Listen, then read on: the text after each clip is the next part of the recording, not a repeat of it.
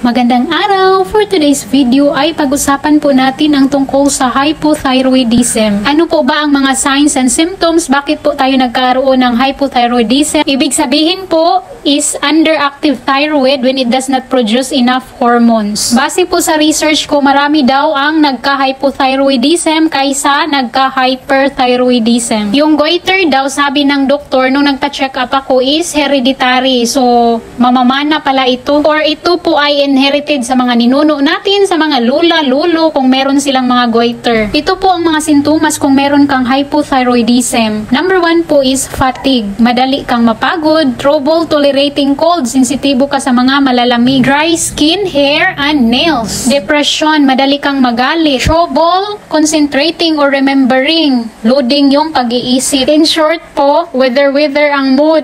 Ang thyroid gland po natin, ito po ay may major na function sa buong katawan natin. Nag-produce ng hormones that regulate the body's metabolic rate, growth, and development, and it plays a role in controlling heart, muscle, digestive function, brain development, and bone maintenance. So, mas maganda talaga kung correct or pag-produce ng hormones is normal kaysa abnormal, hypothyroidism, kulang, hyperthyroidism, sobra naman. So, mas mabuti kung balance talaga or normal ang pag-produce ng thyroid gland. Mahirap po pag ganito ang naramdaman, pero laban lang sa life. Hanggang dito na lang po ang pamini vlog natin. Sana may natutunan kayo. Bye! See you in my next vlog. Bye! God bless everyone!